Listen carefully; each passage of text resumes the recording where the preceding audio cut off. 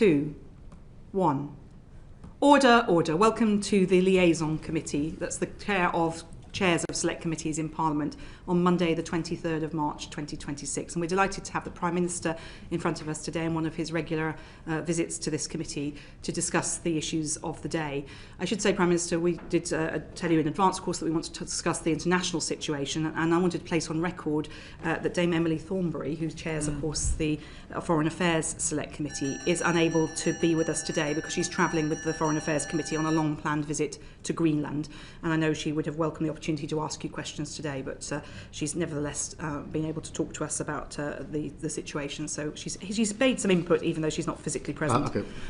And in Prime Minister, of course, every time you come in front of us, seems to be that there's another tragedy. And in the early hours of this morning, the Jewish ambulance service Hatzola was attacked in Golders Green. In my own borough of Hackney, we know and value the work Hatzola carries out to support the people of Hackney, Homerton Hospital and the NHS, and the loss of 4 ambulances and happily no individuals hurt is a big issue. I know that Sarah Sackman, the MP for Golders Green, is keen to see an uplift in neighbourhoods of policing in neighbourhoods with large Jewish populations, and I'm sure you would want to say something about that and what the latest update to the public about that investigation.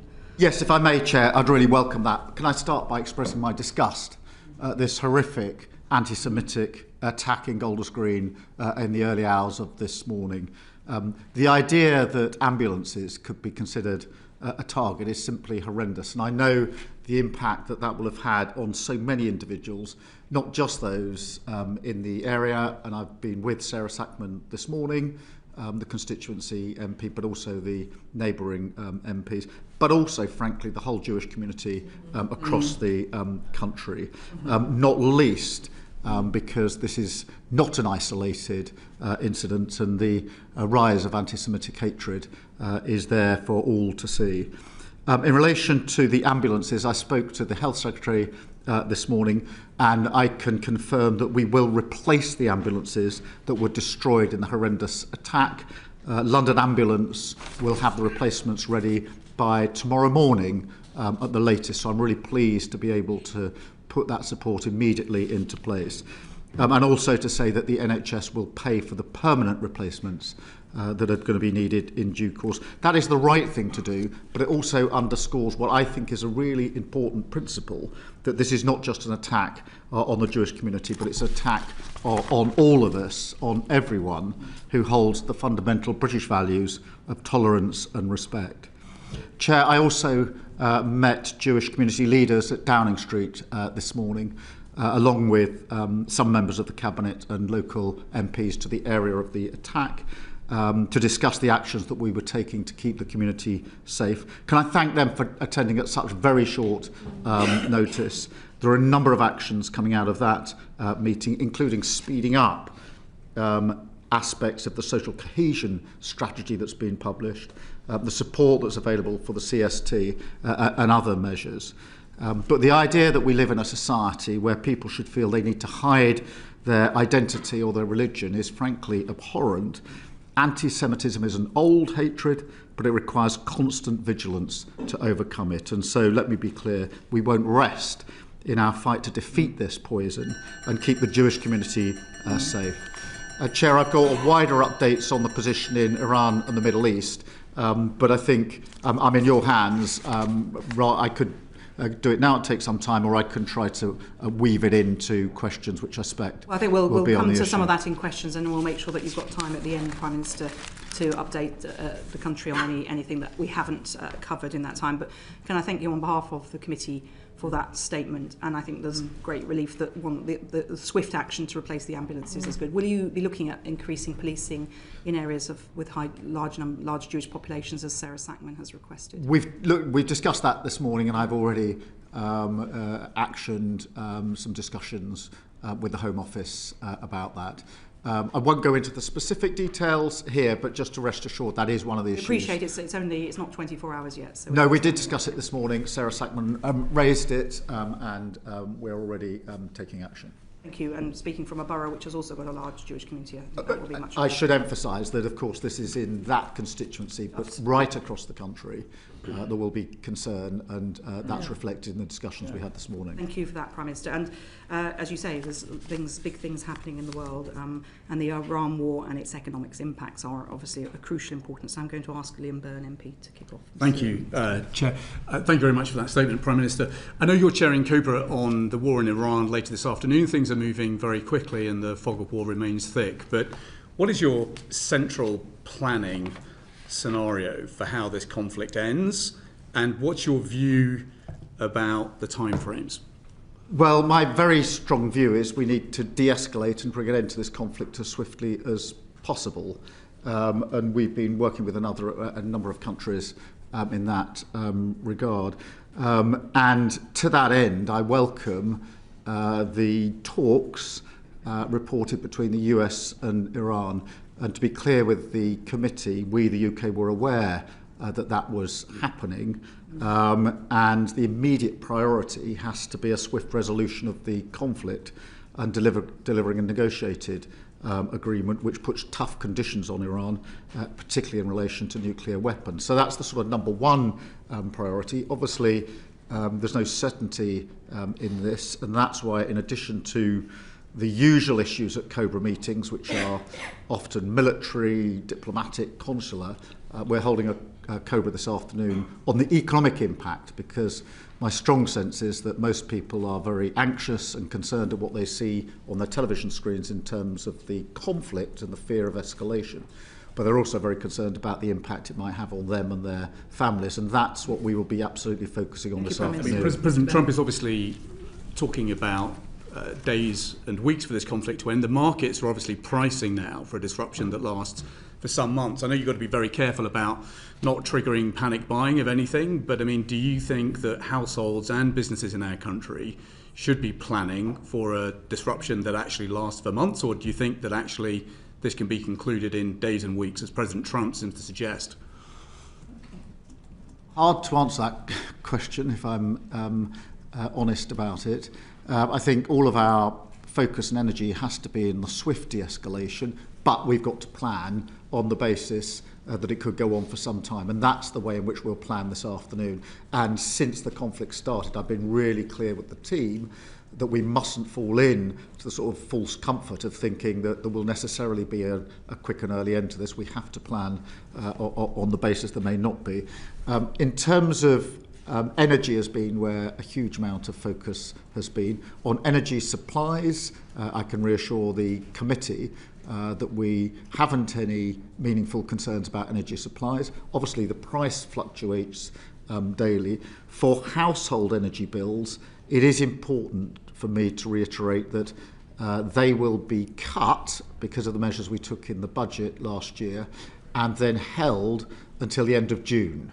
And I know that for many members of the public, the question they've been asking is, does that still hold even if the conflict goes on? And the answer to that question is yes. So there's comfort there for households. Obviously, fuel duty is held until September.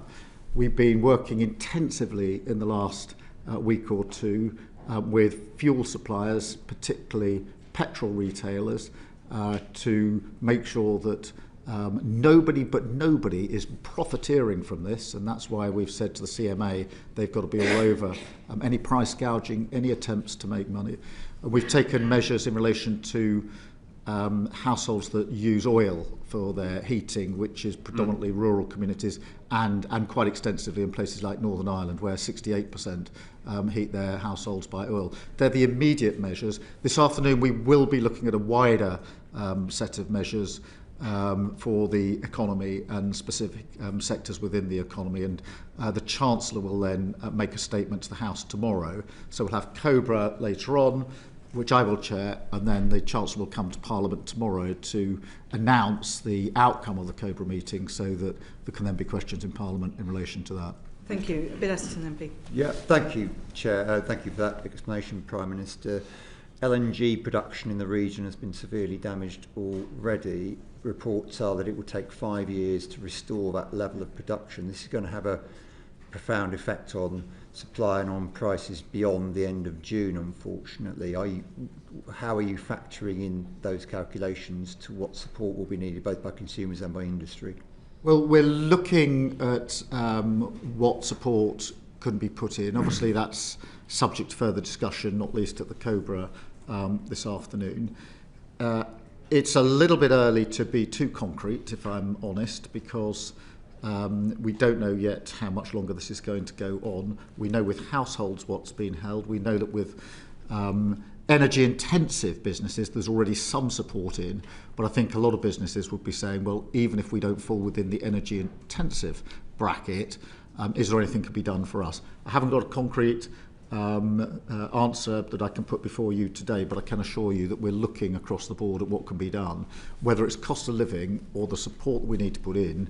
I want to make sure we've examined all the appropriate levers that we can pull. Thank you, and we'll come to more of that in a moment, but I do want to, I think with everything going on in the world, it's important we discuss defence, and Tan Singh Desi MP is going to... Thank you very much, Chair. Prime Minister, we were seeing reports of the US significantly ramping up its military presence around Iran in preparation for an attack, just as they did with Venezuela. But when they started the war, it was embarrassing that we couldn't even muster one single naval asset around the region. Are you embarrassed? But no, I don't think that's actually right. During January and February, we obviously could see the build-up. We are working very closely with the US on intelligence, and therefore we pre-deployed quite a lot of assets to the region. Just to reassure you, radar systems were pre-deployed, counter-drone systems were redeployed, F-35 jets were deployed in greater number than were already there, ground-based air defence was deployed, 400 extra UK personnel were deployed, and autonomous mine hunting systems were deployed. Yeah. So far as HMS Dragon is concerned, it normally takes 6 weeks for the loading onto and deployment of the relevant capability onto the Dragon. That was done within 6 days with 22-hour working days, both with our service personnel and civilian personnel working together. But there was a lot of pre-deployment. I'm aware of that, but with all due respect, that's one naval asset. I think if we look at the wider scene, more than £500 million worth of submarine maintenance has had to be postponed because of the lack of a dry dock facility. Doesn't that failure to quickly deploy a Royal Navy asset simply demonstrate yet again how under-resourced and overstretched our armed forces are? Well, the spending under the last government wasn't adequate, and Ben Wallace, the former Defence Secretary, concluded that the armed forces were hollowed out. But firstly, let me pay tribute to the work that they do, and let me assure the committee they have been working from about an hour or two after this conflict started with pilots in the air across the region, and they've been working continually, hundreds of hours since then. So I don't want anything I say to detract from the work, courageous work that they've been doing. And let me talk about the IAMD, so the Integrated Air and Missile Defence Systems, or the lack thereof. We saw Iran launch a plethora of missiles and drones, including thousands of miles away towards the UK-US military base in Diego Garcia. If Iran or another adversary, such as Russia, were to launch ballistic missiles towards the UK, how would we defend ourselves? Well, as you will appreciate, we keep this under constant review, and I can assure the committee of the assessments that we carry out on a constant basis. The 2 missiles didn't reach Diego Garcia, but we're continually monitoring this. On the question of integrated air defence systems, this is hugely important. And just in relation to our Gulf partners, to update the committee, we've embedded the UK airspace battle management specialists into military commands in the region. We're working with industry to distribute air defence missiles to Gulf partners. We're deploying short-range air defence systems to Bahrain at speed. This was an issue that came up as a matter of some urgency over the course of this weekend. And we're doing the same with Kuwait and Saudi Arabia. It's good what we're doing with allies, but I think the British public will rightly be concerned about our own safety, because forget a golden dome or a platinum dome or any other dome, we have not made any such investments in our own defence. And would you not agree that the public will be concerned about the ability of Russia or another adversary to launch ballistic missiles, and we have no way of defending ourselves? Yeah, and look, we constantly assess this, and we do have very effective ways of defending ourselves, and I don't want to raise levels of public anxiety. They're anxious about what they're already seeing on their television screens. They're anxious about the impact it will have on them, particularly economically, in their households. And I don't want to raise their levels of anxiety. I can tell you our military personnel, our security and intelligence services are working literally 24/7 to keep us safe and doing a very good job we all in pay that tribute regard. to their bravery. Prime Minister, when finally is the fabled defence investment plan going to be published? Have you got a date for us? Well, we're working hard to finalise it. I know from the work your committee does, you'll be aware this has been the first zero-based review that has ever been undertaken, so it's a huge amount of work. We're finalising it. We've absolutely got to get it right, and I want to ensure that anything relevant from this conflict is included within it, but we're finalising it. I can't give you a date, but I can tell you we're finalising it. Let me finally go on to defence spending then, if I may. I was at the Munich Security Conference last month Yeah. when you intimated that you recognise the level of threats that we face and the urgency to build up our hard power, because that is, as in your words, the currency of the day.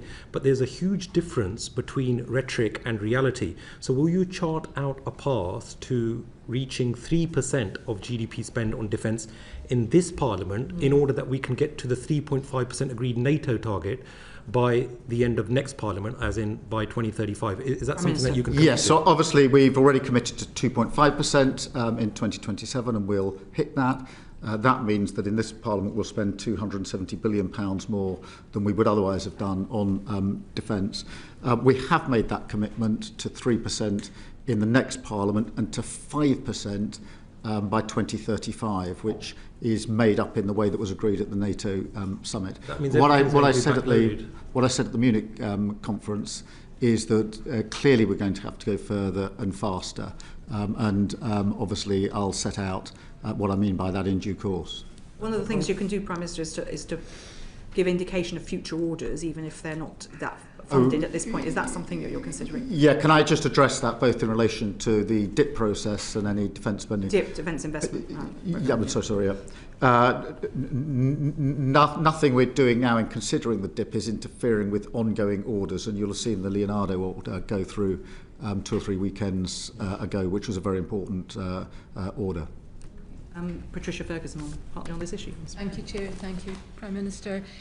Last week we heard reports that Type 83 frigate programme could be delayed to plug gaps in the defence budget.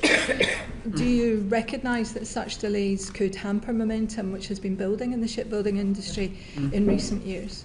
Yeah, I don't want delays, and that's why I'm insisting that there shouldn't be any delays in the order. It's really important that those orders continue in the way that is expected. Shipbuilding is obviously hugely important in Scotland. I was very pleased that we got the Norway frigate deal just a few months ago, which will provide at least a decade's worth of work in Scotland. It also ensures that there's interoperability between our frigates and Norway frigates, which is increasingly an important part of the strategic work that we're doing. But I went to Clydeville, as you know, to see the workforce there, to thank them, and also to allow them to see that for them and the next generation there's more work in the shipyards for them.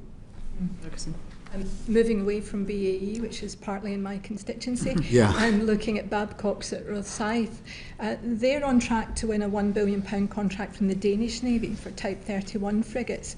Can you tell us how close you think we might be to securing that deal? And at a time when the Royal Navy is very stretched, how do we ensure that we get the right balance between exporting frigates and retaining them for domestic use? Yes, for Babcock, firstly, we've obviously already done a deal with Indonesia, which is important for Babcock's Rosyth shipyard. On the Danish deal, if you'll forgive me, I won't go into huge detail other than to say we're working very hard on it at all levels, including at leader level. I very much hope that we can make progress.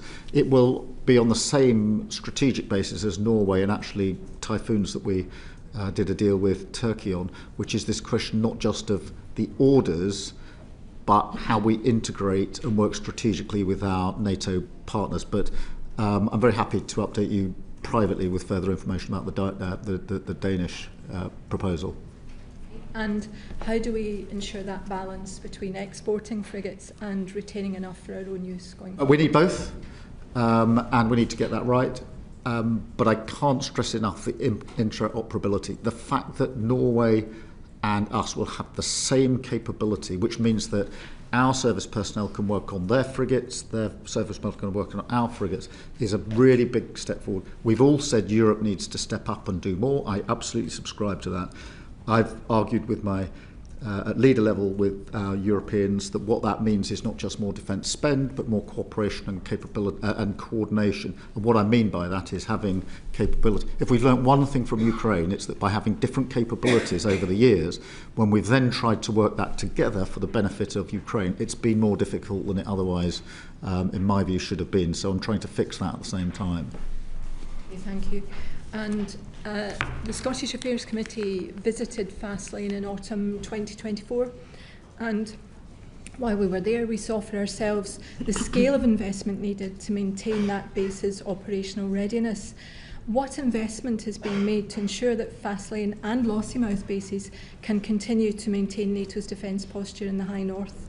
Well, this is kept under constant review because it's of the first priority, and it is my job to ensure that we have the resource necessary in relation to what is the most important deterrent that we have.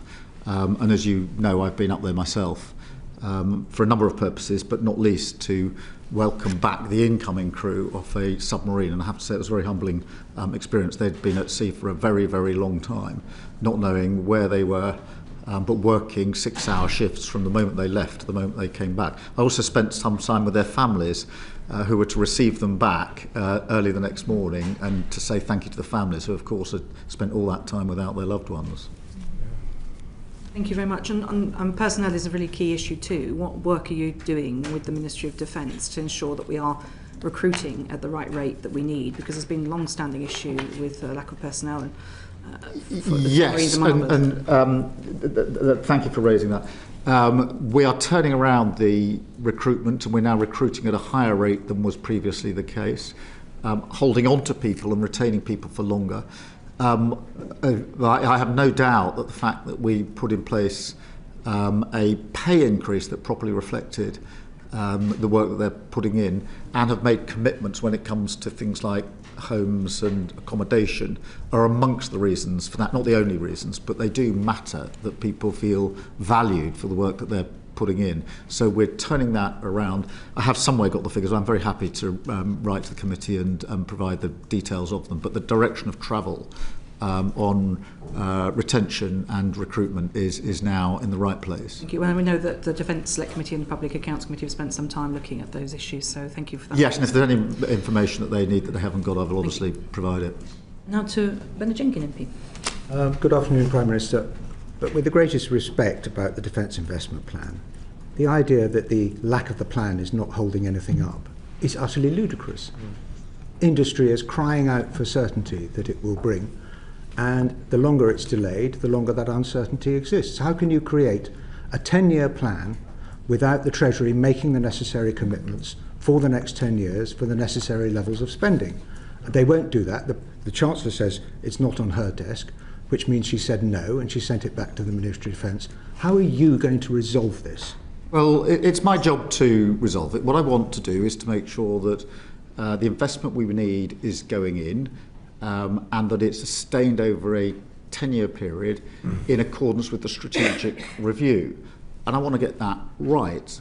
What I don't want to do is to set out commitments without being absolutely clear where the money is coming from. Now, of course, we need to take the time to get that right. Of course, it's not easy. There was a lack of investment over many, many years. I think that's palpable, and everybody now accepts that the last government didn't invest anything like enough. in our defence, and we're picking that up and turning it around. What I'm not going to do is put a plan that I can't explain exactly how it's going to be funded. We're finalising that. We're nearly there. It's my job to resolve it, and resolve it I will. Well, we clearly haven't communicated the necessary urgency to the Treasury, who need to come up with the money. And at Cobra this afternoon, you might just ask the question why the Treasury does not seem to realise that we are already at war, and we need to be in a war-fighting mentality to deal with the emergencies that we're facing. Well, I appreciate that, and that's why it's important that we are clear where the money is coming from. But because of the significant underfundment of the last government, we have to make sure that we get this right. To be perfectly honest, the zero-based review has thrown up all sorts of practices in the MOD which have gone on for years with overcommitment, underfunding, nothing done on time. All of that, I've said, I want the slate white clear. I'm not going on like that anymore. So the plan we're coming up with deals with, yes, the strategic plan, but I'm also clearing up the mess that I've inherited, because we can't go on in the way that when I opened the books and saw the way this has been done for years, Minister, by all means, I needed to change it, and that's what I'm doing. By all means, take your party political swipes. Well, it's Here is a paper produced by me and a Labour MP, Derek Twigg, on the Defence Committee, with a foreword by Lord Robertson. We're all agreed that the government is not on a war footing and needs to be very quickly. Why is it not on a war footing now? Because the strategic review commits us to a war footing, and we now need to put the funding in place in order to get there. I've already announced the increase in defence spending to 2.5%, something that didn't happen under the last government, and where at the election a credible proposition wasn't put forward by your party. I'm going to do this, and I'm going to do it properly, and I want to be able to explain to Parliament where the money is coming from. But it sounds as though you are at peace while we are actually at war. With respect, I'm clearing up the mess that I inherited from the last government. And I dare say Winston Churchill had a bit of mess to clear up from the previous government. Margaret Thatcher had a bit of mess to clear up from the previous government. But now we are facing an urgency. Why were we so unready to defend Cyprus? Well, we've got a lot of defensive capability in Cyprus, as you know, including the air capability there. And I've been constantly talking to the Cypriots about this. I was on the phone yet again to the President on Saturday at some great length. His assessment, same as my assessment, is that our two military teams are working as closely as they've ever worked now, and we are absolutely determined to do everything we need to do to defend Cyprus. And that's what I discussed with him at some length, not for the first time in recent weeks, on Saturday morning. So we could even stop a 150 kilometre per mile an hour drone from getting through to hitting a sovereign base in Cyprus. That means we were unprepared. And the very fact that you immediately wanted to defend a destroyer meant you had failed to anticipate the need to defend Cyprus with a destroyer. But this smacks of a lack of war-fighting mentality that reaches right across the government, which is what we address in this paper about war-fighting readiness, where we are not at. And the Chiefs of Staff are saying, we need to be ready for war. So when are we going to be prepared, and prepared for what? We are finalising the investment plan. That sits with the Strategic Defence Review. It smacks of an enormous complacency. Well, this smacks of the fact that for years there was underinvestment by the last government, and the stripping out and hollowing out of our armed forces. We've had 18 months Copyright to deal Ben with that. Wallace, who was the I'm Defence not Secretary. making a party political point. Well, honestly, I agree with Ben 14 Wallace. years of underinvestment, 18 months for Labour government. But take drones, for example. We're picking up the underinvestment of your government. Last one, Mr. The whole concept of warfighting has changed in the last 12 months. I understand that. I was in Ukraine very recently, and the Ukrainian armed forces are mystified and want to offer help, as they are offering help to the Gulf states, to the NATO frontline states and to NATO JEF about how to prepare for drone warfare. Yes. This is being held up by the lack of the defence industrial plan. No, it's not. I spoke to I had President Zelensky in last week. I speak to him very, very regularly. He was in last week for some time. I spoke exactly about this to him. I've been to see for myself on a number of occasions in Kyiv their capability. We are putting in backfill to that, working with them on industrial capability to produce drones with them. And I discussed this very issue with him last week. He did not, just for the record, he did not say that anything that they want to do is being held up by anything the UK is doing. On the contrary, he sees us as their foremost ally, and I'm very pleased that we've been able to achieve that, actually on a cross-party basis. How many defence reviews do you think took place during the Second World War? Well, I don't know off the top of my head, but I know that the answer is none. Well, because when you are at war, you get on with it. You don't wait around for a plan. I think I counted a lot of the words defence and review, in whichever order you want to put them in plan, have been in many documents in my time in Parliament, for sure. Mr Dessy. Yeah, thank you, Chair. Prime Minister, I don't want to get into the party political of who hollowed out when and what the previous government did. Given the urgency of the situation, what I'm interested in is what is this government doing in the here and now to produce that defence investment plan. You will recall that during the last meeting of the Liaison Committee, you said that it would be coming very, very soon. It was promised by the autumn of last year. We're now at the end of March. Will this be produced before the Purdah period? And is the defence investment plan on your desk? Yes, and we are finalising it, but I'm absolutely determined that I will make commitments with appropriate funding that I can be sure is there. I will not make commitments without being clear where the funding is coming from. That is what's gone on for years, and that's why we're in the mess that we're in. I'm not going to repeat it. So to be clear, it's on your desk, and you are now. I am bringing together. I am working on finalising it, and it's a number 10 because we heard from the Treasurer, the Chancellor the other week that it well, it's obviously cross-departmental. Yes, but it's gone to you. I am engaged in the process, actively engaged in the process, and determined that we will get this right. That's very helpful news. Thank you, Patricia Ferguson. Prime Minister, we recently had a very good discussion in committee with a number of very innovative SMEs and start-up companies. They expressed to us a frustration about not being able to get onto a list of contractors, a list of tenderers, and wondered how they might do that. Can you reassure them that there is a space for them if they are successful in doing this, and that their new and innovative ideas will be taken seriously? Yes, let me reassure them, because very many SMEs can and do contribute towards the spending on defence, and it's very important that they do. What we've set up is a special scheme to support them in doing that. That was put in place some months ago, but what we'll do, now you've raised it again, is just refresh that and see, make sure they all know about it and can access it, and also whether we can do anything more. But it is really important that we ensure that businesses of all sizes, not just the main defence big businesses, are contributing to what we need to do. Thank you very much, Ms Ferguson. Bill Esterton, MP. Thank you very much, Chair. Your cost of living champion, Richard Walker, wrote in the Sunday Times yesterday that there should be a short-term intervention by the government to prevent profiteering in the short term from surging oil and fuel prices. Are you going to follow his advice? I've just seen him to say we need to discuss those proposals urgently together. But we are looking at measures to deal with profiteering. I've already asked the CMA to look at this. I think we might look at what further teeth we can give the CMA to deal with this. I think there isn't enough regulation in this area.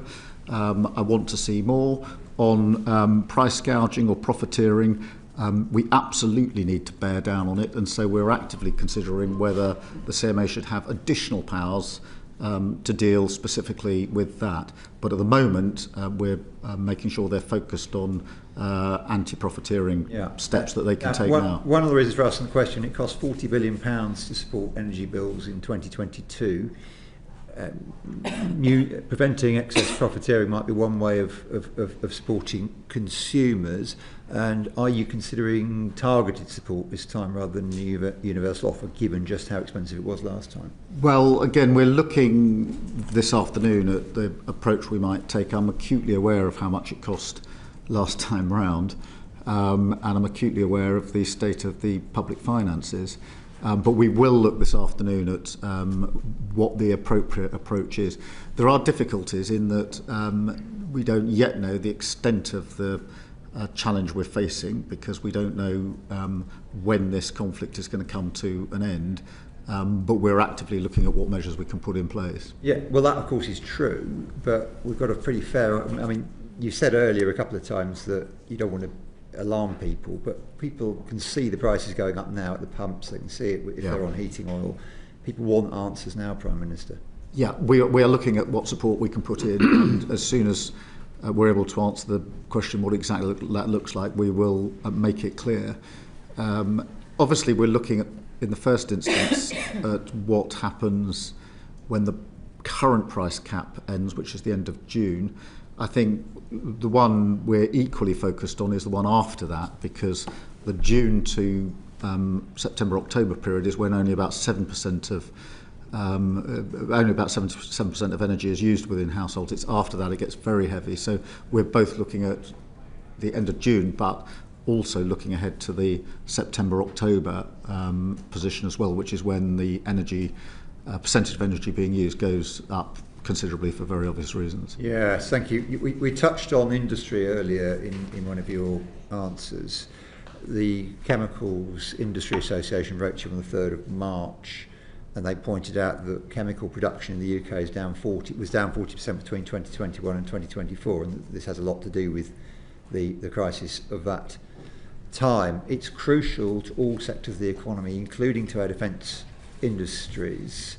Will you take a look at what the chemicals industry is asking, because at the moment they're not part of some of what the government is proposing to support our heavy industry? Yes, we're prepared to look across the board, but I don't want to give the impression to the committee that we can simply put in any support to any sector to the extent that every sector will necessarily want. That's why we need to look carefully at what is possible. But we'll obviously look at the chemical sector for the reasons you've set out. Yes, and turning to energy infrastructure now, you have plans. There's been decisions on nuclear, but if we go back as a lesson, France's response to some of the oil price shocks of the 70s and beyond was to invest in nuclear. At the time, the UK didn't follow that path. We now have Sizewell C, we have the SMR programme. These are big steps forward. Can you commit, but what the industry is asking for is a commitment to a fleet approach to a long-term supply chain of production. Can you make that commitment to give that certainty, given just how important nuclear is going to be? Yes, I think it's really important, and so let me give that certainty. And that's why we've got the SMR programme, and we've identified a number of places where we will take forward those projects. Up in North Wales, obviously, is one of them. Scotland could well be one of them if the SNP would remove their veto. We could have that in Scotland as well, and would actively consider it. But it is part of the future. The other thing that's very important is that if you look at the Ukraine conflict, you look at the 12-day war, you look at what's happening in Iran now, I am absolutely convinced that we need to go further and faster on renewables. The longer we are on the fossil fuel international market, the more we are susceptible to the changes in energy prices, rapid changes, which you've seen in the last few weeks. The sooner we get onto homegrown renewables where we have control over the price and proper energy security, the better. And that is obviously one of our major missions in government. It's the right thing to do. And recent weeks have shown that rather than slowing down, we should go faster. Yes, and for consumers to be able to take advantage of it, it's going to be really important. This is what my committee hears again and again and again, that the price of electricity is brought down so people can afford to make that change. At the moment, electricity is more than 4 times the price of gas. It makes it very difficult to make that switch. Will you take the action needed to close that gap between the electricity and gas price? Yeah, I've been looking at specifically how we can do that for reasons that you will understand. We need to bring the price of electricity down, and we will. And there are a number of possible ways of doing that, but we will do it. The fact that we've got more renewables now than we had at the outbreak of the Ukraine war has helped us a bit.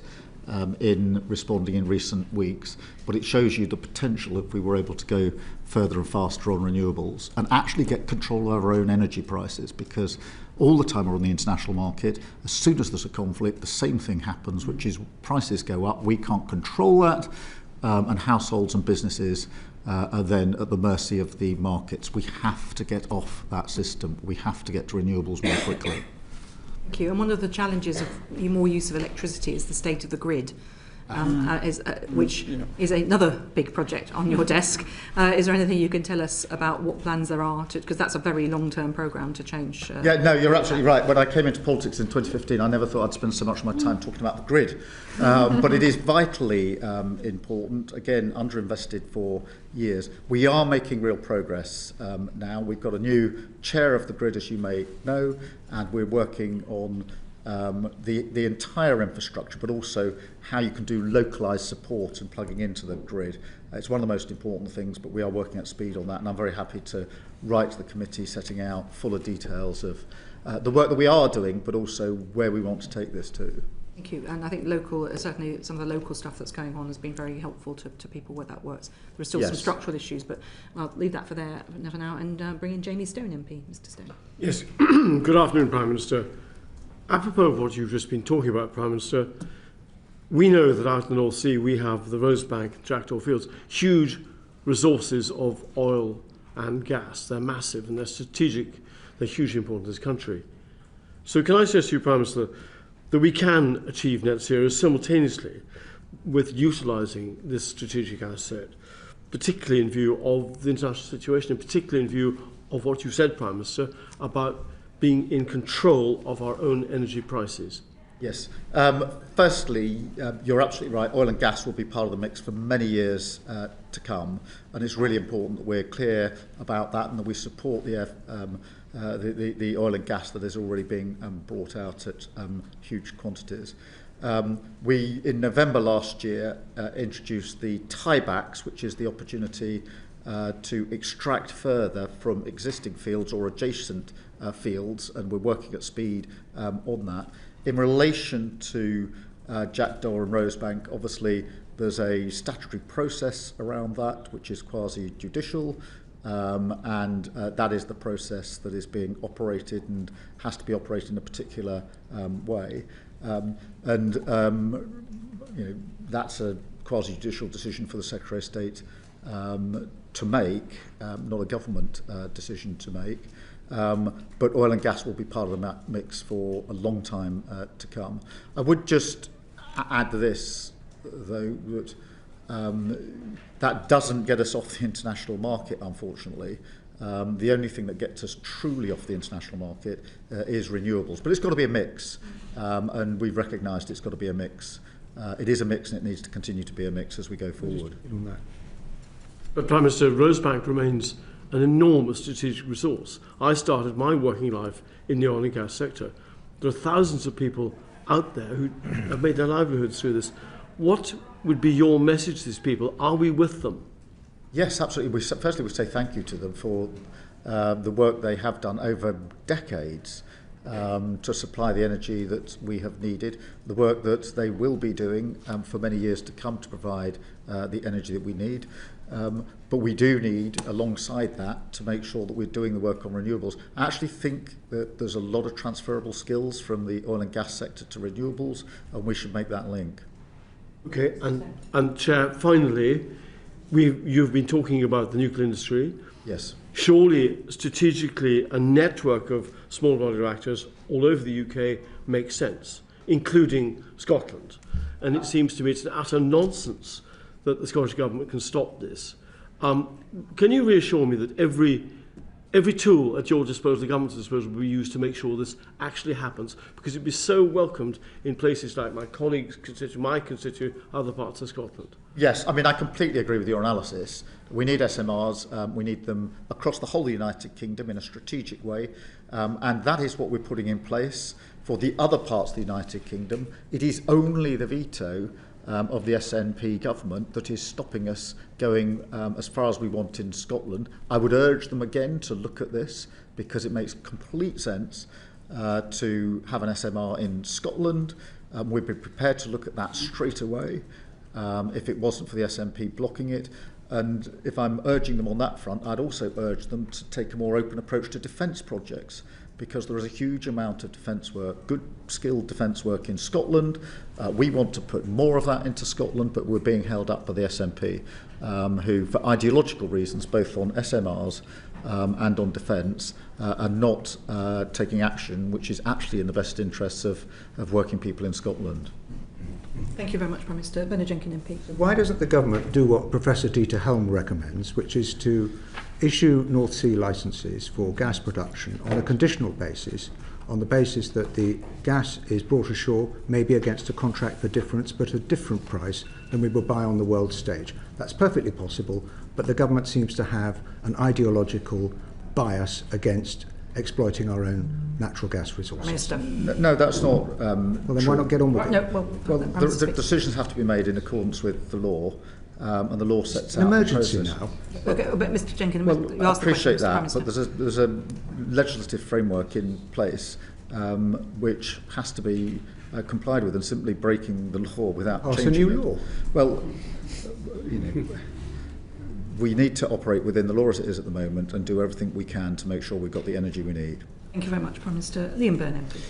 Thanks. I mean, the biggest threat to business right now is actually from spiking gilt prices, driving up interest rates, and they're rising in part due to the expectation of a costly energy subsidy, either to businesses and households. Isn't it now time to actually grasp the nettle and shift the policy costs of transition off electricity bills onto the general taxpayer, so that we end this kind of pressure on bills at the moment, which is frankly crucifying our industry? Well, firstly, I totally agree that it's inflation we need to keep our eye on, and I'm really pleased that inflation at the spring statement was coming down and predicted to come down further. Obviously, I'm concerned about the impact of recent weeks. As to where exactly the cost is put, whether it's put on bills or on the taxpayer, that's been a lively discussion for some time in politics. Wherever it's put, there's a burden, obviously, in terms of how you raise the money and how it's done. Is it not now time to actually bring that discussion to a close, take a decision that is actually in the interest of our manufacturers and small businesses? Because small businesses are going to see an increase in their standing charges of 40% kicking in April. You've got Make UK saying that actually we need to bring forward the electricity discount scheme from next year to this year. Industry is crying out now at a time when growth is already under pressure. Look, I think we need to keep all of this under review and active consideration, and we are.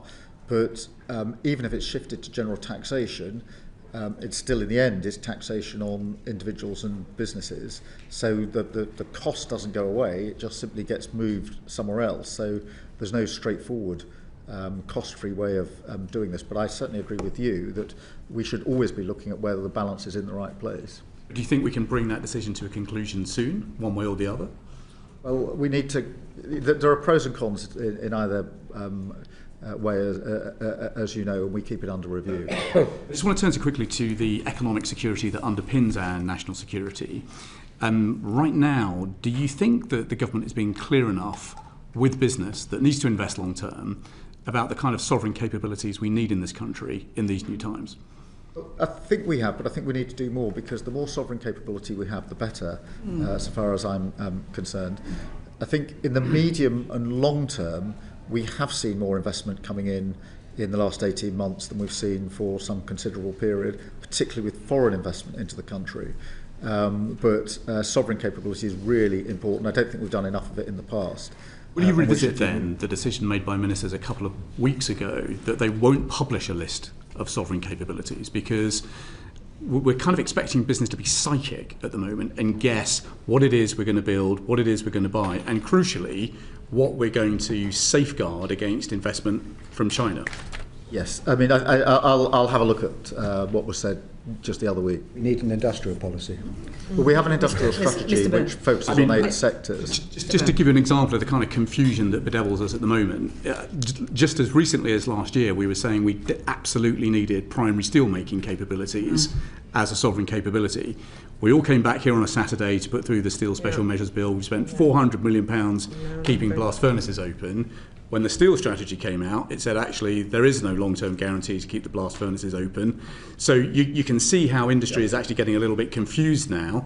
And where there is confusion, they're not going to invest in the way that we need to over the medium to long term.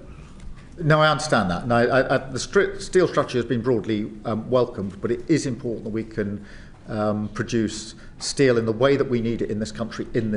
And as you know, that was one of the reasons we recalled Parliament on that Saturday just about a year ago now.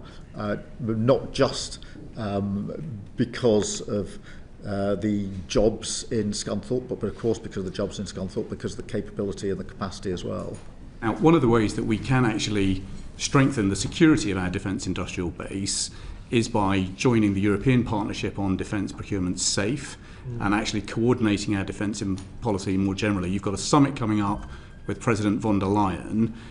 Is rejoining SAFE or joining SAFE going to be on the agenda for that? And what's your confidence level in getting it done? It will certainly be on the agenda. I think what we may see is the next stage of SAFE or the next iteration of SAFE. And I think it was disappointing that we weren't involved at the first stage. I think a number of our partners in Europe think it was disappointing, and we've had quite intensive discussions about how we can improve on that as we go forward, and therefore as we head towards that summit, it will be one of the issues of discussion. It already is one of the issues of discussion in many of the conversations I have with my counterparts in the EU. And how do we coordinate those discussions with Europe to help safeguard against coercion from China, restrictions on rare earths, for example, and indeed dumping by over-subsidised Chinese firms in a way that is going to destroy, for example, our wind industry and the European wind industry? How do we actually tighten the economic security arrangements with Europe? It's very important that we do, and we are coordinating, and the discussions with our EU leaders on all those issues are intense, and where we can act together, we should act together because it's in our joint interest to do so, whether that's steel, whether that's critical materials, or other areas where there's a threat both to the EU and to the UK. And the levels of cooperation and discussion in the last 18 months are at a completely different place to anything since the referendum, quite frankly. Thank you very much. Bill Essenson, MP. Yeah, I mean, just come back to the point about industrial energy costs. Policy costs for industry are up to 60% of the bill, which is significantly higher than it is for consumers. And the point made again by the chemicals sector, and not just by the chemicals sector, is the danger is we reduce our emissions, we decarbonise, not by the transition that you were talking about, but by deindustrialisation and the closure of our industry. Very difficult for our industrial strategy to succeed if we don't have an industry, Prime Minister. Yes, I agree, and that's why we need to put support in and work with, whether it's the chemical sector or other sectors, to ensure that we retain the capability in this country, and that's what I want to do. Thank you, Prime Minister. Bernard Jenkins, MP. On SAFE, why is the Polish President Karol Nawrocki submitting a bill to his parliament to get out of having to take a loan from SAFE on the basis that he has worked out it would cost twice as much to pay back than if they just borrowed that money themselves and spent on their own defence? I don't know. So could I suggest you look into that? Because I think gift horses and mouths might be... Well, I think the Prime Minister has been alerted to that. No, but just to reassure you and the committee, on SAFE we are having intensive discussions about how we can be involved. We want to avoid spending money in Europe and we need to spend it on our own farms. I appreciate that. We will always act in Which is our why own. you stayed out for the first time. The reason we stayed out was because of the entry cost. But we need to look at where the benefit is to the United Kingdom. That is the sole prism with which I look at this. Thank you, Prime Minister. I would say it's getting quite warm in here, so anyone is feel free to take off your jackets, including you, Prime Minister, if you need to. Just to give you a moment there. It is, I think they haven't turned the heating off yet, and the weather's got warm. Chion Mura, MP. Thank you very much, Chair. And Prime Minister, let me start by just emphasising the support that I have found in Newcastle for your continuing in your position of resisting further involvement in the war on Iran. Now, following Liam's points about your economic security priorities, you recently announced significant investment in quantum and AI, now each of which is a huge, diverse sector. So how are you choosing the targeted strategic bets necessary to deliver long-term British competitive advantage and actual meaningful technology sovereignty? Yes, I mean, both quantum and AI are really important. I think they're going at slightly different paces. AI, we've already started some of the work. We've had an AI action plan in place since January of last year, most of which has been completed, but the AI growth zones are really important to us as well. We've identified AI growth zones, 2 in Wales, 1 in Scotland and various other places where we can go at speed. What we've done with AI is look at where we can have a competitive advantage. We're already one of the top countries in the world. We've got incredible facilities and resource in relation to AI, and we need to make sure that we retain that advantage globally. But AI growth zones are vital to that. So you're choosing to support AI through the growth zones. In terms of quantum, I think that you've chosen quantum computing to focus on. I'm not clear how you making those choices, but can I ask how the decision to cut nuclear physics research programs fits into that by the UK Research and Innovation Council? Yes, I mean, the assessment was that it wouldn't cut across what we want to do with either quantum or AI. None of these decisions are easy, but that was the assessment that was taken in relation to that particular decision. Okay. So the digital battlefield is here in Ukraine and Iran. US company Palantir is at the heart of our digital defence. Are you concerned that we are too reliant on AI, quantum and/or drone capabilities provided by foreign private companies who do not share our values or might even be closely allied with our adversaries? Well, all of these contracts go through a very careful process, but when it comes to things like drones, I do want to increase our domestic capability. The lesson from Ukraine is that drone warfare has changed considerably in 4 short years. I started going to Kyiv at the beginning of the conflict. I've been constantly since then. The rate of development of drones, not the number and the capability, is huge. And I've been very struck in the last 2 visits I've done with the development on drones. We need to be centrally part of that here. Obviously, what we're doing now is co-producing with the Ukrainians, which is what I was discussing with President Zelensky last week. That is to their advantage, but it's also very much to our advantage. It's good that we're learning from Ukraine with drones, but I mentioned Palantir, and that defence contract was not publicly tendered. Equally, it's at the heart, Palantir is at the heart of the NHS, local government, financial regulation, whilst Amazon Web Services and Microsoft have 70% of UK cloud between them. Now, the US government has significant powers over these companies' supply chains, as well as critically the data that they store, even if they store it here in the UK. So are we not dangerously over-reliant on a small number of US companies for our civil technology infrastructure? And doesn't that undermine UK tech and constrain our policy independence more widely? I don't think we're over-reliant, but I certainly take up the challenge you put to me that we need to have more domestic capability.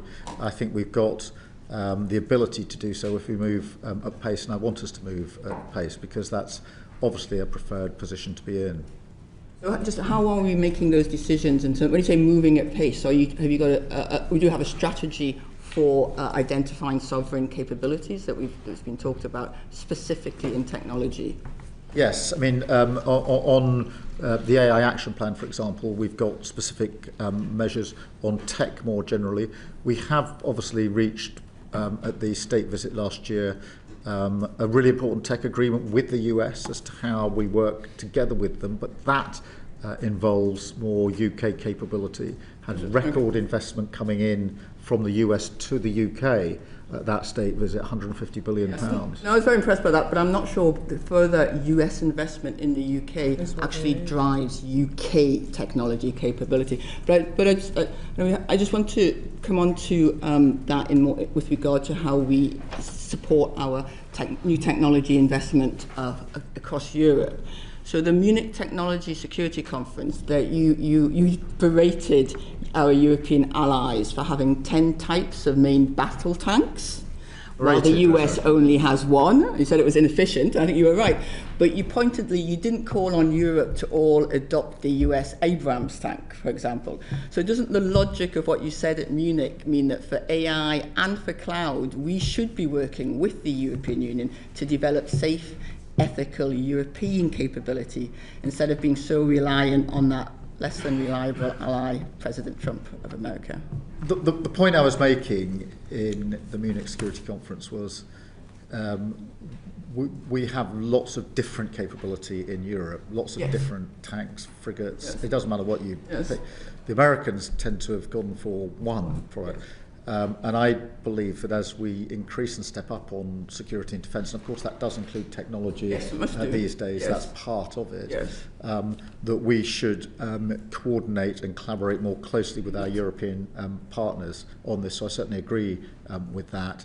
And that's why the deals we're trying to do now are more strategic in that sense than they've been in the past. Same needs to happen in other capabilities. But defence and security is not just, frigates, aircraft, etc., and vessels.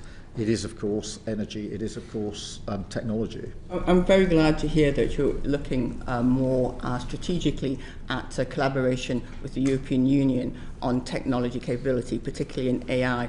Because just finally, Prime Minister, we both campaigned, I remember marching next to you, against Brexit. But I think we also recognise the public anger towards the European Union, in part driven by a sense that we had lost our sovereignty, or part of our sovereignty, to the European Union. Are you concerned that British people will have a similar reaction to the loss of sovereignty to US tech giants? Well, I don't want to reopen old wounds. No, and I don't want you to. The Brexit vote, we all voted. And I respect the vote that the outcome of the vote. But I don't accept that it means we have to operate in the way we did under the last government, which is not to have a particularly good deal with the EU, not to coordinate when it's in our interest to do so. And that's why we reset the relationship at the UK-EU summit last year, and we've got another summit coming up this year. I think in relation to the US, when it comes to defence and security, obviously we've had a decades-long relationship with the US when it comes to defence and security and intelligence. That is hugely important for our country and shouldn't be underestimated. And I still firmly believe that we can have that relationship with the US and a stronger relationship with the EU, and that the constant demands on me to choose one or the other are wrong when it comes to defence, security and intelligence. It is having both relationships that's kept us safe for 80 plus years, and we hold that very closely and very dear. Thank you very much, Prime Minister. It's unfortunate but inevitable that big international crises like that in Iran sometimes knock other existing crises off the front pages. So we do want to spend a moment talking about some of the other issues around the world. And I'm going to ask Debbie Abrahams, MP, to lead off. Thank you. Good afternoon, Prime Minister. Good afternoon. The Attorney General has said the UK wants to play its role in ensuring compliance with international law and the rules-based system. I believe he's going to be making another speech on this this afternoon. But on this, we know, for example, from UN human rights experts, there has been a condemnation of the unprovoked military attack on Iran by the US and Israel, saying it violates Article 2 of the UN Charter, notwithstanding that we know that Iran is a corrupt and oppressive regime. So I wonder if you could expand on the response you gave to Liam Byrne earlier about what you are doing specifically with international allies to resolve and de-escalate this crisis. And if you could give us a particular nuance on the leadership that you're showing in this. We know you have a significant leadership around Ukraine, and it would be really useful for us to understand your leadership in this as well. Yeah, well, thank you. Just on Iran, the principles I've applied throughout is that for any UK action, there must be a lawful basis and a viable and thought-through plan. That is why we didn't join the original offensive strikes. It is why we did take defensive action, collective self-defensive action, on our own behalf when it came to the work that we're doing with our allies in the region, taking missiles out that are coming from Iran. It's also why we allowed our bases to be used for the purposes of collective self-defence. But that's an important divide. So collective self-defence, yes, and we've taken appropriate action, but this is not our war, and we are not getting dragged into this war. So that's the divide that I've kept very firmly in place. On Ukraine, obviously, there's been a cross-party consensus on supporting Ukraine for, sadly, 4+ years now. And we've been very clear throughout. The aggressor is Russia. This Ukraine conflict could end tomorrow if the aggressor stopped the aggression. We mustn't lose sight of that. Obviously, different considerations. There we've pulled together the coalition of the willing under the leadership of myself and President Macron, with Chancellor Merz now playing an increasingly important part. And that is a coalition of countries that are committed to providing security guarantees in the event of a ceasefire in Ukraine. So that's the sort of principled approach that I've taken to the Iran conflict and to the Ukrainian conflict. So you don't see parallels in terms of how the potential to de-escalate the current conflict could be? In the current conflict, we are working with others on how we de-escalate. There are a number of aspects to that. Specifically on the Straits of Hormuz, we managed to get a statement out, which we did a lot of work as the UK leading on last Thursday, of the so-called E4 countries, plus at the time Japan, Canada, Australia. Other countries have now joined that, so that's it's becoming a bigger group of countries that are committed to working on de-escalation as far as the Straits are concerned, which is hugely important for our economy. More generally, we do need to de-escalate, and that's why I welcome the development on talks and indicate that we were aware that that was happening, and we are working with others to see how we can develop that to a point of de-escalation. It's very important that we get to that. Thank Ms. you. Abrahams. So the Attorney General has also said about, in terms of the UN, that it is a beacon of hope in terms of maintaining our rules-based system. But for millions of Palestinians, UNRWA is their beacon of hope, helping to keep them alive. The outgoing UNRWA Commissioner General said at the weekend, it's incomprehensible that a UN entity has been allowed to be crushed as UNRWA has in violation of international law with total impunity, and with staff and Palestinian communities paying an unacceptable price. So again, what is the UK doing with like-minded allies to ensure that international law is being upheld, and that UNRWA and the other 37 INGOs can continue to provide humanitarian aid to Palestinians? I think the UN is really important, as I think the rules-based system is really important. And when we call out Russia as the aggressor in Ukraine, we are doing so on the basis of the Charter. And that is part of the rules-based system. So anybody who says Russia is the aggressor is necessarily reinforcing the rules-based system as set out in the Charter. I think it's important the UK does continue to play a leading role in this, in answer to your question about what we can do. I do think I was pleased with the ceasefire in Gaza, although it hasn't led to the cessation of all hostilities, and certainly the West Bank is a cause for concern. But the UN aid needs to get in greater volume, with greater urgency, and the UN needs to be involved in that, and that's the case that we continue to make, and it's a really important part of what we need to do to ensure that that ceasefire holds. So the International Court of Justice's advisory opinion in July 2024 ruled that Israel's continued presence in the occupied Palestinian territories is unlawful and must end, including the cessation of all new settlements. Last month, the French joined 9 other European states, as well as many Arab nations, to condemn the sweeping extensions to unlawful Israeli settlements over the West Bank. This is imminent.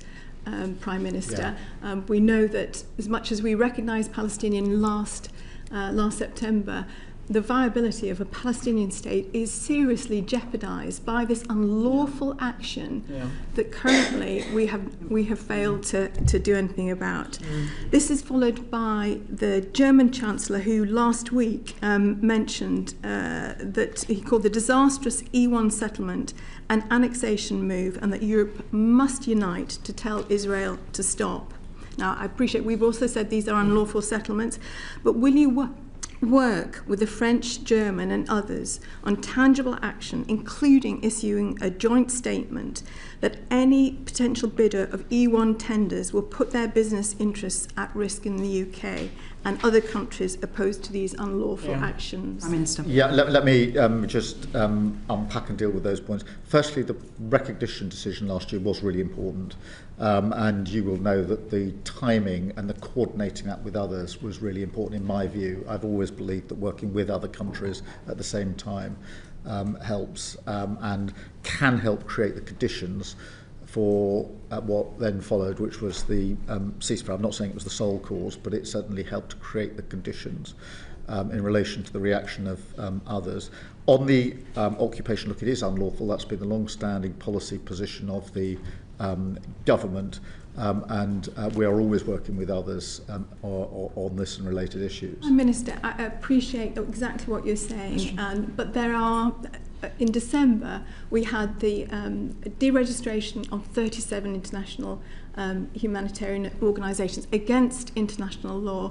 We had the announcement on the 31st of December of the expansion of the E1 settlements development, jeopardising the two-state solution. And as yet, we haven't done anything about it. The Board of Peace has morphed from what the UN Security Council agreed to. Minister. Well, look, I mean, I say again, the occupation is unlawful, and any expansion of it necessarily so, and that's been the consistent position of the government. And Can I press you on what we will do? Will we issue a statement? Mr. Prime Minister, we are working with others, and I'll very happily send you further details of what we're doing so you can see the full extent. Thank you. Sarah Champion, MP. Thank you, Chair. Prime Minister, if I could just build on Debbie's point. I've been really shocked at the rapid rate of expansions of the illegal settlements. And so I'm really grateful for the sanctions that this government has put on the worst offenders. I've become very interested in procurement and supply chain transparency, as it seems a very elegant way to deal with some problems.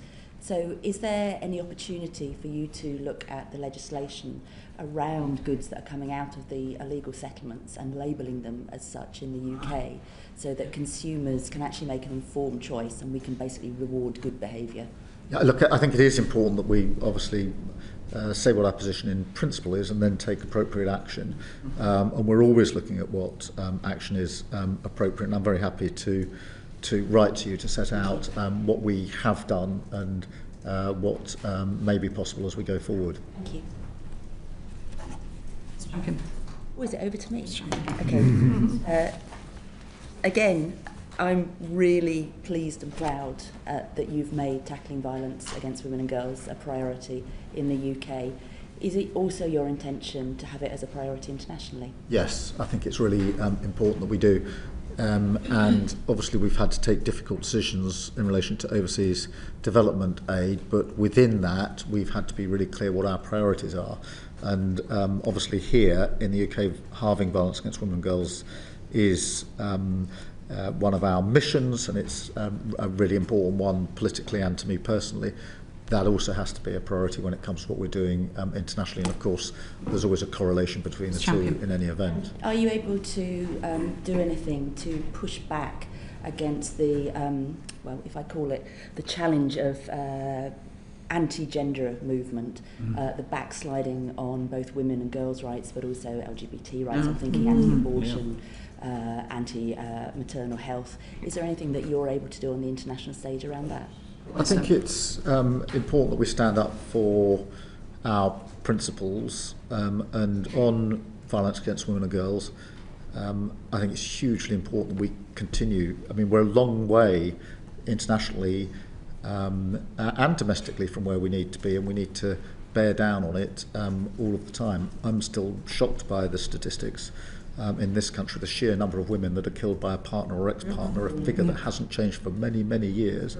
The shocking number of women and girls who don't feel they've got the confidence to come forward to report what's happened to them, or confidence in the ability of our criminal justice system as it is to give them the justice they need, and also internationally what we need to do with other partners. I'm thinking, for example, the US has basically put a gagging clause on any agency, indeed state agencies as well as charities that are working with sexual and reproductive health rights, so it's sort of challenging that when you're at the table with those people. We will always stand up for our principles. Thank you. Projects in Sudan, Somalia and Tunisia were previously described by FCDO as essential to counter the rise of violence and extremism are now being cut. The Integrated Security Fund is a cross-government pot of money, and it's tackling threats to national security is its priority. That's been cut by 43%. And part of that is closing the standalone gender and national security portfolio. So I wonder, you say that you were cutting aid and the money was going to support defence, but I wonder now if you reflect on that and actually realise that foreign aid was part of our defence. Well, as I said at the time, no Labour government wants to cut overseas development aid, but we had to answer the question, how will we pay for the increase in defence spending to 2.7%? I view foreign aid as our sort of early I do absolutely understand that and respect that. I think it has forced us in a way to look again at how we work on the question of overseas development. And I think there is a shift. I think that with other countries, they want to see the relationship change from donor to investor. There's lots of reasonably good models. I think we need to go further and faster on those and work them up at pace. But I do think that in addition to saying we want to get more more spend on overseas development when we we should priority to get back to more spend. Yes, when resources permit. But I don't want to waste the years or however long in between, because I do think that we can get donations and investment in a different way. I think that model is beginning to work. You saw examples that at COP, for example, some of the work that Prince William is doing is championing that way of getting investment in, and that then can come alongside any increase in overseas development aid if and when we can afford it. Beautifully into my last question. You'll have heard today the warning from the UN that basically there's now more CO2 in the air than in the last 2 million years. And we see in our oceans and land the consequence of that. So your government's cutting $6 billion from the International Climate Finance Fund. Will you reconsider that? Well, we are committed to what we need to do on climate finance. We've had to look at what we can spend on overseas development aid, but it doesn't lessen the commitment on this, and that's amongst the reasons I went to COP to show our commitment on this and to work with others.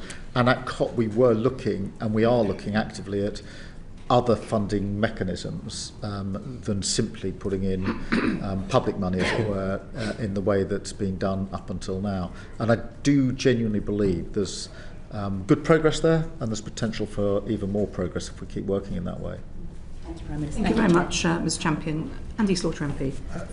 Thank you, Chair. Good afternoon, Prime Minister. Can I just mop up one or two of these international law points? We've seen very little published by the government on the legal basis for the current conflict in the Middle East, less than has happened with less serious and less complex crises previously. And given the number of countries involved, the different positions they're taking, the constant 180-degree changes of view by the US president that can go from where it's about to finish one day to it's about to intensify the next, or to it's already finished. Can we not have, not obviously government legal opinion published, but have what we've had in previous conflicts, a summary of what the government's position is on these very complex issues? Yes, well, I mean, we have published a summary of the legal basis for the use of our bases by the US, collective self-defense. As far as I know, nobody has challenged that legal basis. Nobody is saying the analysis is wrong.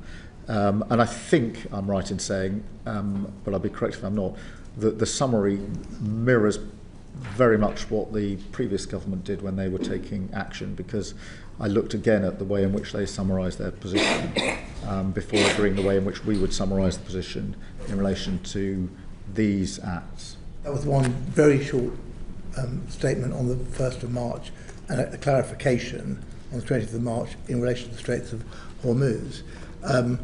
There are 10 to a dozen countries that have been subject to hostilities from Iran. There is Israeli action in Lebanon and West Bank, all going on around the main conflict there.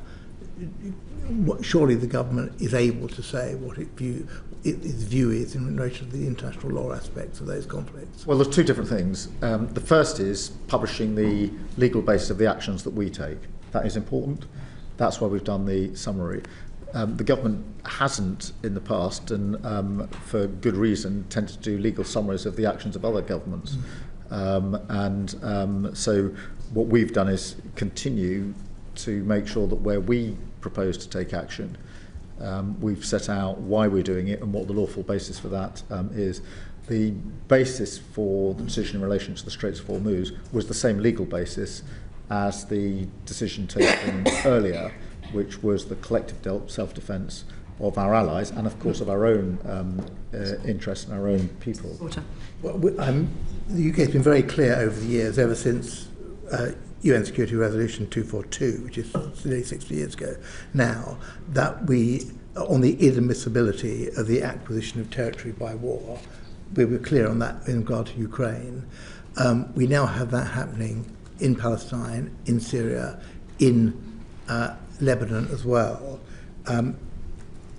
What is the government doing to uphold those principles in relation to the Middle East? Well, the lawfulness underpins all of the principles and policy decisions that we take, and it's important that that continues to be the case. It's important that we champion the UN and the rules-based system. It is hugely to the advantage of the United Kingdom. But there always seems to be, in relation to Middle East conflicts, a difference between the basic principle, what the Attorney General is talking about tonight on the rules-based order, and the practicality of that. So, for example, in relation to the West Bank, your Middle East Minister said on the 3rd of March, we will consider concrete steps in accordance with international law to counter the expansion of illegal settlements. But we never seem to hear what that concrete action is going to be. There'll be statements or condemnations, but nothing going beyond that. There has been action going beyond that, but I'm very happy to update you or the committee, whichever is appropriate, on what further measures have been taken or might be taken. My colleague, I don't think you fully answered in relation to E1. That's the crucial issue on settlements at the moment. And equally, which we always bring up at these sessions, but no apology for that, the ICJ opinion. If the government isn't going to respond to that after almost 2 years, could you just put us out of our misery and say that? Well, look, it is under consideration, and that remains the position. Thank you, Mr. Slaughter. I think the last question is, given there are many violations of international law taking place around the world, and that is undermining the rules-based international order, do you agree that the UK should not be a safe haven for those who've committed international crimes? And I'm assuming your answer to that is going to be yes. So yes. It'll be strange if it was no. But in that respect, do you believe that domestic authorities should exercise universal jurisdiction over genocide, crime against humanity and war crimes? Well, the rules of universal jurisdiction are pretty complicated and apply to different crimes in different ways, and to some crimes not at all. But where there is universal jurisdiction and where we have obligations under a treaty, that does translate into the actions of our domestic authorities, and the International Criminal Court is an example of that, not the only example, but is an example of that, where there's a number of steps that are taken because we're a signatory to the treaty. Okay, well, I'll finish on this, but I think there's a common theme here. It's that we're very good on the principles, but not so good on the practice. And a good example of that would be recognising the state of Palestine, which I think most people will support. But what's the practicality of that? Where's the coalition of the willing around Palestine's success as a state? Firstly, it was really important that we acted in the way we did, and did it in coordination with other countries, and that took quite a lot of work. But it was the right thing to do. I've always felt that where we can act collectively, it's better than acting individually. In terms of the follow-through, let me be really clear. I think obviously the ceasefire in Gaza is hugely welcomed, but we have to press on to the next stage. And that does involve building on the question of recognition and having in place a process and agreed steps for getting there. That is something we're actively engaged in with other countries. Vital, I think, to any enduring cessation of hostilities and peace in the region, because I fundamentally believe we won't get to peace in the region on a sustained basis without it. The situation's never been worse in the West Bank. Some would say that's a reaction to what we've... I'm worried about the West Bank. I think that not enough attention is paid to what's going on in the West Bank. I'm pleased you brought it up. Your Middle East Minister is right. There will be some concrete action taken. Well, I will set out what we're considering. Thank you very much. Mr. Byrne. One thing we could do now is introduce a really hard ban on goods from illegal settlements. But at the moment, ministers seem to be supplying my committee with letters without some real concrete action. Is that something you can look at again? Well, we keep it under review, and I'm tempted to say I'll write to you without comfort, but since you've got so many letters, I'll find a different way of communicating it to you. I think if the departments could respond to letters from select committees with a proper detail, that would be a good start. Well, save you I've got a cabinet meeting tomorrow, so I will put that on the list of things to do at the beginning. And I just wanted to pick up on a point in response to Mr. Slaughter. You were talking about the legal basis for action in Iran, and you were very clear in the original position. On Friday, though, you gave permission for the US to use the UK bases to target Iranian forces that are in effect keeping the Strait of Hormuz closed.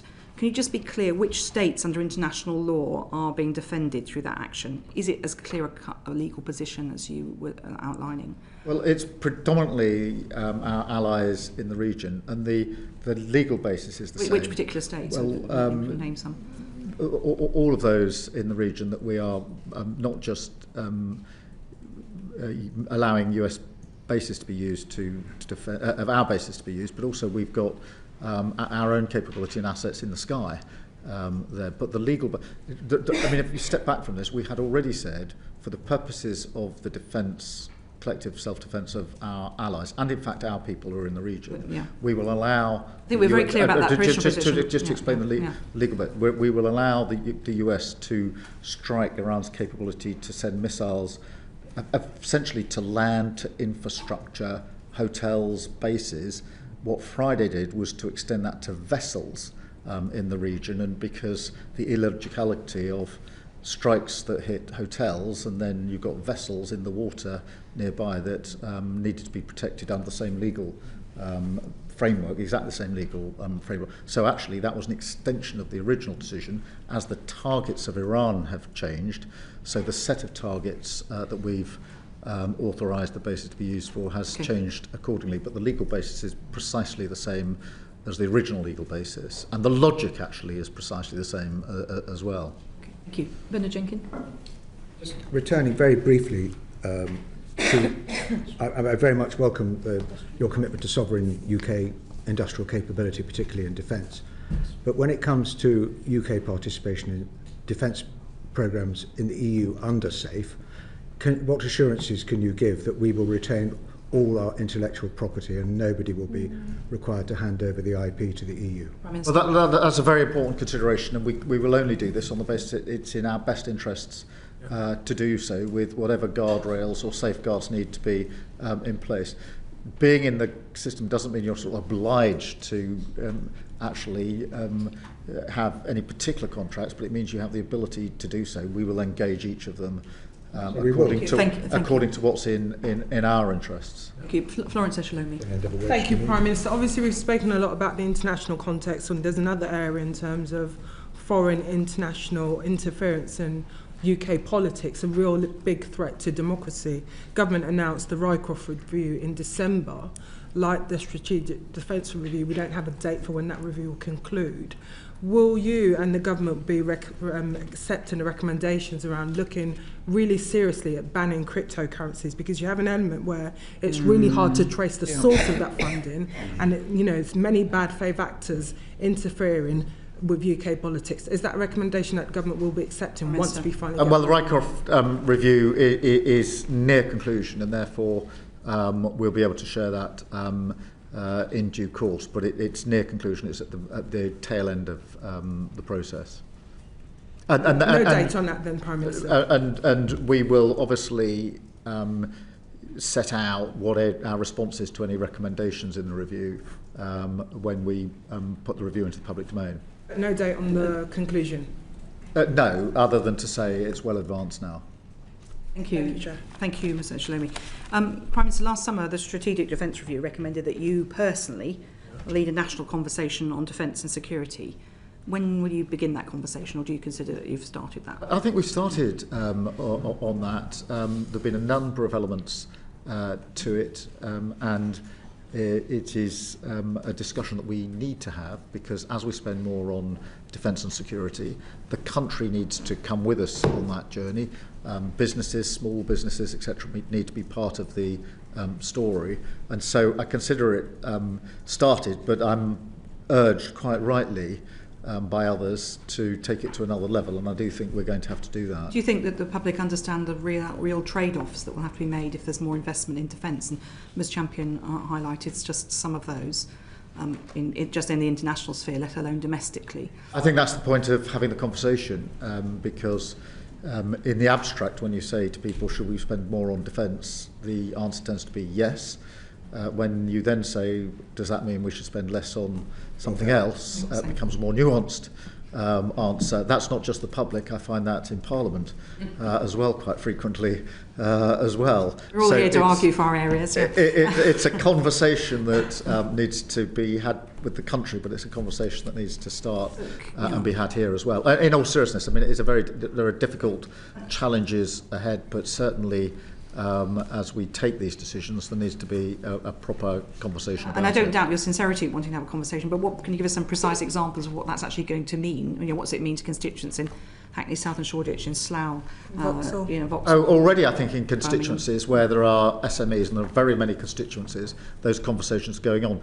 One of the things I think we did before the summer break, but I'll absolutely double check this, is I asked for all of the businesses that could benefit from our increased defence spend or from the trade deals we've done to be identified in each constituency, so those conversations could go on. And I urged all MPs to spend some of their Friday talking to businesses in their communities about the advantages that were there for them. And I know that some of them have begun those conversations, but I will find the appropriate. The details were published some time ago. And with defence industries, they'll be keen to have the conversation, but the general public may be, harder to reach. How are you planning to? No, they will be harder to reach, but given the sheer number of SMEs that could take advantage, there's quite a lot of public in each constituency that are covered by people who work there, their family, their community. Would be quite extensive, and it's a good place to start. We've obviously talked quite a lot about the international issues. Yesterday you had a call with President Trump. Today you've got a COBRA meeting about the domestic matters. As the world faces these challenges, and as you're dealing with President Trump, who does make some quite rude comments about the UK one day, and sometimes is supportive of the UK. You're dealing, seems like, different presidents on different days of the week. Have you got a message for the public about how you are personally facing these challenges and how the country needs to face the challenges of the world order and the challenge to the world order? Yes, I'm utterly focused on what's in the best interests of our country, and I'm unapologetic about that. And notwithstanding the pressure that comes from elsewhere, I will remain laser focused on what is in the British national interest. And a lot of what is said or done is undoubtedly said and done to put pressure on me. I have no doubt about that. I understand exactly what is going on, but I'm not going to be wavering on this. I'm the British Prime Minister, and my job is to be absolutely focused on what's in the British national interest. That has served me well in recent weeks, and that is the principle that I'll continue to adhere to as we go forward, taking difficult decisions, notwithstanding the pressure that comes from me from a number of different places. Finally, you've got a COBRA meeting, which you're talking about economic issues.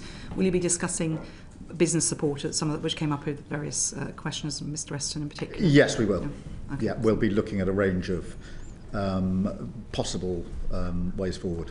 Okay, thank you very much indeed, Prime Minister. Order.